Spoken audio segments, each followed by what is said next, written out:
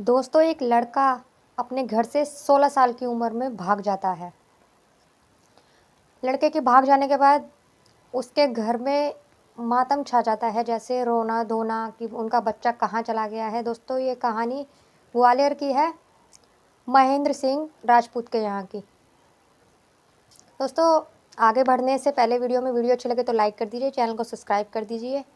मैं गीता गुप्ता, स्वागत है आपका मेरी आज की एक नई वीडियो में, एक नई कहानी के साथ। जय माता दी।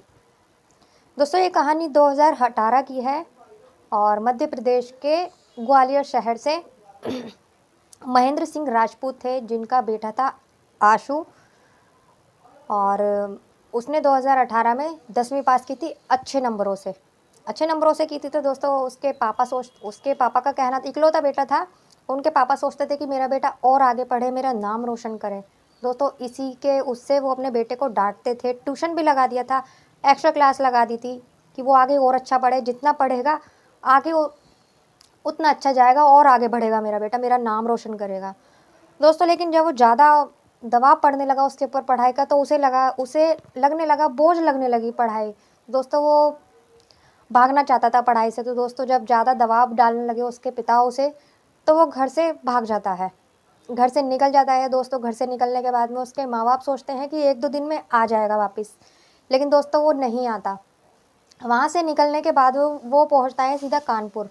अब दोस्तों, वो कानपुर पहुँचता है। कानपुर जाने के बाद में जो वो पैसे लेके जाता है थोड़े बहुत अपनी जेब में, वहाँ 1-2 दिन में वो पैसे ख़त्म हो जाते हैं। ख़त्म होने के बाद दोस्तों, लेकिन वो घर आने की वजह वहीं रहता है, वहीं पे काम ढूँढने लगता है। दोस्तों, वो काम ढूँढने लगता है। अब वो 16 साल का बच्चा था, अब उसे कहाँ काम मिलता? उसे कोई एक्सपीरियंस भी नहीं था किसी काम का। दोस्तों, ढाबे होते हैं, होटल होते हैं, तो वो होटल पे जाता है और उनसे बोलता है काम मांगने के लिए। होटल वाले अक्सर कैसे भी लड़के को रख लेते हैं, क्योंकि उन्हें बर्तन मांजने के लिए, साफ़ सफाई करने के लिए लड़का चाहिए होता है। तो दोस्तों, उसे रख लेते हैं। अब रख लेते हैं, ऐसे ही करते करते वो वहाँ वेटरगिरी भी करने लगता है। तो इतनी अच्छी कमाई उसकी नहीं होती है, फिर भी वो 6-7 महीने निकाल लेता है। ऐसे ही 6-7 महीने निकल जाते तो वो वहाँ ऊब जाता है। दोस्तों, वहाँ से ऊब जाता है, फिर वो वहाँ से निकलता है। वहाँ से निकलने के बाद में वो सीधा पहुँचता है मुंबई। पहुँचने के बाद में वो सीधा वहाँ से अंधेरी पहुँचता है। अंधेरी पहुँचने के बाद में वहाँ भी उसे कोई और काम तो मिलता नहीं है, वहाँ भी उसे दोस्तों होटल में ही काम मिलता है। होटल में काम मिलता है तो वो वहाँ वेटरगिरी करने लगता है। वेटरगिरी करने के बाद में ऐसे ही कुछ दिन निकल जाते हैं। होटल में फिर उसे अच्छा खासा थोड़ी सी ज़्यादा कमाई हो जाती है वहाँ उसकी। तो दोस्तों, उसे 10th तो उसने कर ली थी, तो दोस्तों वहाँ उसे 11वीं की आगे पढ़ाई जारी करने की सोचती है कि मैं आगे पढ़ाई अपनी जारी रखता हूँ। तो दोस्तों, वो पैसे इकट्ठे करके अपनी पढ़ाई शुरू करने लग गया। उसने 11th की, 11th के बाद में 12th भी की। दोस्तों, वैसे कर करके अपनी पढ़ाई आगे जारी रखने लग गया, जारी रखने लग गया। जब वो पढ़ाई लिखाई में वैसे भी वो अच्छा था लड़का, उसने 10th में भी टॉप किया था। तो दोस्तों, टॉप करने के बाद में वो आगे की पढ़ाई जारी रखता है, तो उसे एक कंपनी से ऑफ़र आता है। वहीं पे कोई ऐसा इंसान मिल जाता है उसे होटल में, जो कि उसे बोलता है कि तुम इस कंपनी में जाओ, अप्लाई करो तो तुम्हें जॉब अच्छी मिल जाएगी। तो दोस्तों, वो कंपनी में अप्लाई करता है, वहाँ उसे जॉब मिल जाती है अच्छी। वो वहाँ काम करने लगता है। वहाँ काम करते करते दोस्तों उसकी अच्छी खासी सैलरी होती है, अच्छी खासी। तो वो बहुत ही अच्छे से पढ़ाई करता है अपनी, वो आगे बढ़ता जाता है। दोस्तों, उसकी 3-4 लाख रुपए पर मंथ की सैलरी हो जाती है।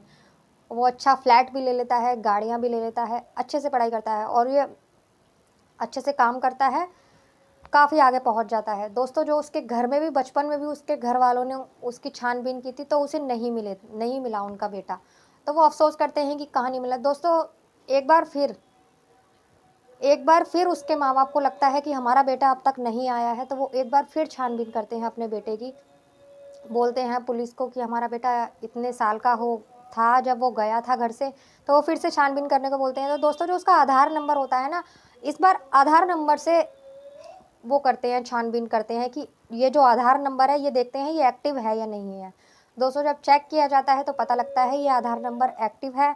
और इस आधार से 2 सिम लिए गए हैं, अभी हाल फिलहाल में सिम कार्ड लिए गए हैं, और वो सिम कार्ड जो हैं मुंबई में एक्टिव हैं, मुंबई में यूज़ हो रहे हैं। तो दोस्तों, इसके ज़रिए से वहाँ पहुँचते हैं, मुंबई में पहुँचते हैं। मुंबई में पहुँचने के बाद में वो पता करते हैं कि ये कहाँ, लोकेशन पता करते हैं। जब पता लगता है कि ये सिम कार्ड जो है वो आशु ही चला रहा है, आशु ही चला रहा है दोस्तों। वो धीरे-धीरे करके लोकेशन पता करके वहाँ पहुँच जाते हैं सिम के थ्रू नंबर के कि ये किस जगह पे एक्टिव है।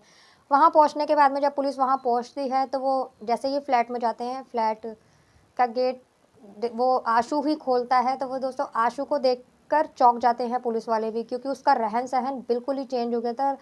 लग्ज़री लाइफ़ जीने लग गया था वो। जब वो उसे देखते हैं तो कहते हैं कि तुम्हारा नाम क्या है? तो वो बताता है कि मेरा नाम आशु है। उसके पापा का नाम पूछते हैं तो वो बोलता है कि मेरे पापा का नाम महेंद्र सिंह राजपूत है। वो दोस्त मैं यहाँ का रहने वाला हूँ, सब बताते हैं। तो पुलिस वाले उसे लेते हैं और उसके माँ-बाप को भी खबर करते हैं, फ़ोन कर देते हैं कि यहाँ आ जाइए आप लोग, और मैं आपका बेटा मिल चुका है। दोस्तों वो जब आता है, स्टेशन पे ही उसके माँ-बाप आ जाते हैं। जब वो पुलिस वाले उसकी माँ को भी बुला लेते हैं। जब उसकी माँ अपने बेटे को देखती है, तो अपने बेटे से मिलके दोनों मिलते हैं, माँ-बेटे दोनों एक-दूसरे से मिलते हैं। तो दोस्तों बहुत देर तक तो वो रोते हैं। माँ देखती है अपने बेटे को, तो वो बहुत खुश होते हैं। उसके पापा भी बहुत खुश होते हैं कि मैं इसी चीज़ के लिए तो अपने बेटे को डाँटता था, उसका ट्यूशन लगाता था कि ये आगे बढ़े, मेरा नाम रोशन करे। लेकिन इसने तो घर से जाने के बाद भी, बहुत से बच्चे होते हैं घर से चले जाते हैं लेकिन वो अपनी लाइफ़ बनाते नहीं हैं, बिगाड़ लेते हैं। बुरी आदतों को जल्दी गले लगा लेते हैं। लेकिन दोस्तों जब आशु घर से गया था, वो 16 साल की उम्र का था। जब वो वापस आया था तो वो 24 साल का था। और यही 7-8 साल में उसने कितना कुछ कर लिया, कितना आगे बढ़ चुका था। लेकिन ये 6-7 साल उसके माँ-बाप ने उसके बगैर बहुत ही मुश्किल से गुज़ारे कि हमारा इकलौता बेटा था, पता नहीं, उन्हें तो ये भी नहीं पता था कि उनका बेटा ज़िंदा है या नहीं है, कहाँ नहीं है। बहुत मुश्किल से गुज़ारे, लेकिन जब उनको बेटा मिल गया था तो वो बहुत ज़्यादा खुश थे। और इस बात की भी तसल्ली थी कि हमारा बेटा बहुत आगे बढ़ चुका है, उसने गलत संगत कोई नहीं अपनाई, अच्छी चीज़ों में अपना नाम रोशन किया है, एक बहुत ही अच्छी कंपनी में जॉब भी करता है और पढ़ाई भी अपनी जारी रखी उसने। दोस्तों आज की ये कहानी यहीं तक थी। आप लोगों को अच्छी लगी तो लाइक कीजिए, कमेंट कर बताइए अच्छी कैसी हो। मैं एक नई कहानी के साथ, तब तक के लिए बाय बाय, जय माता दी।